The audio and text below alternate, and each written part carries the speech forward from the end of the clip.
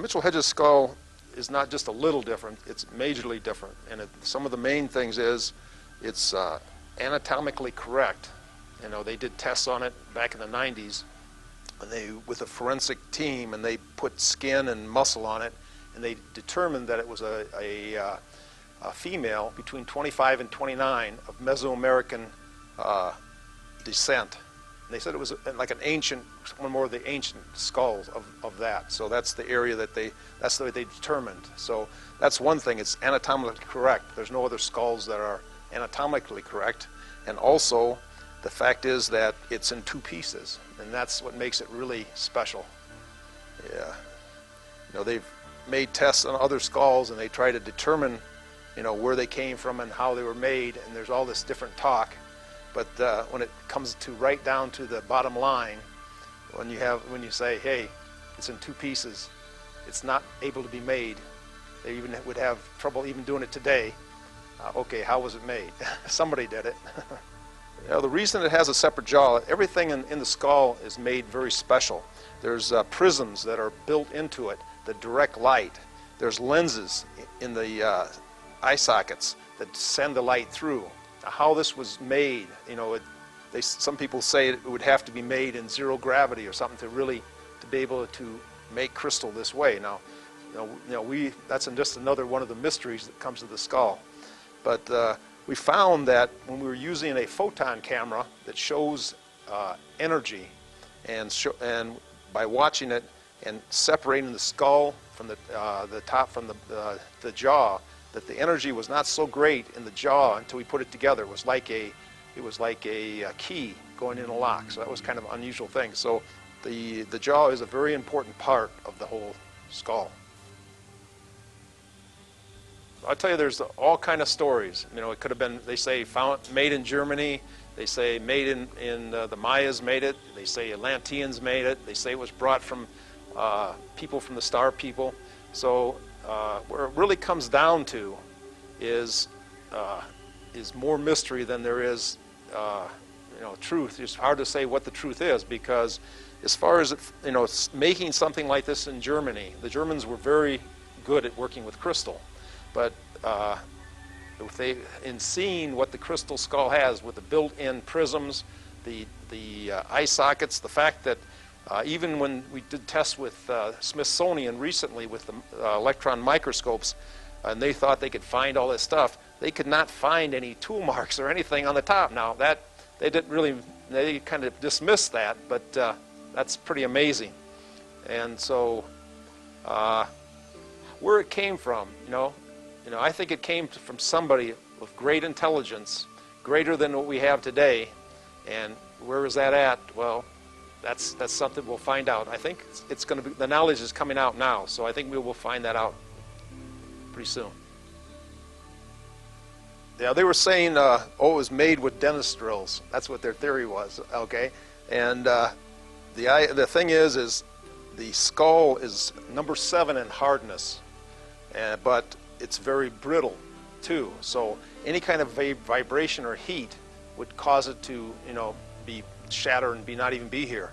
So having it here like this, being in 2 pieces, perfectly made, that takes technology that is not even available today. So where's that coming from? I'd like to know.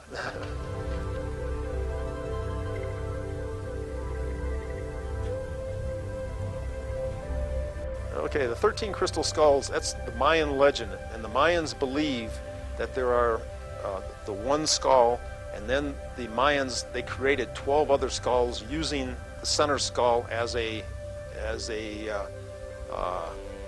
something that they copied. And the 12 skulls are made by the gods. That was what they believe. And they say that the skulls, when put in the proper alignment, and it has to do with peace on the planet. And it has very much connection with this 2012 period that we're coming into. So they say it's very important that these skulls are found, brought out, and that this alignment happens. I do feel that the skulls are being called. Something through them is being called, because I feel this is happening. And now with the shows that we're doing, the sci-fi going all over the world, people are seeing it, and it's affecting some part of their heart or mind, and these skulls are going to be found and brought out, is what I feel.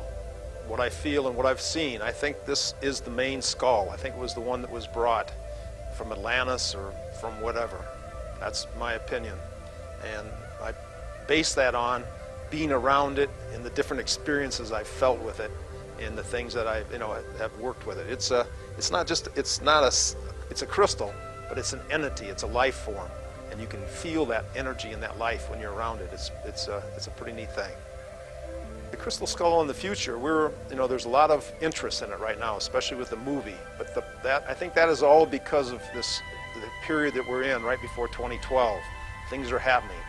We did some major stuff recently that I feel is affecting in a positive way the earth and mankind, and that's what it's all about.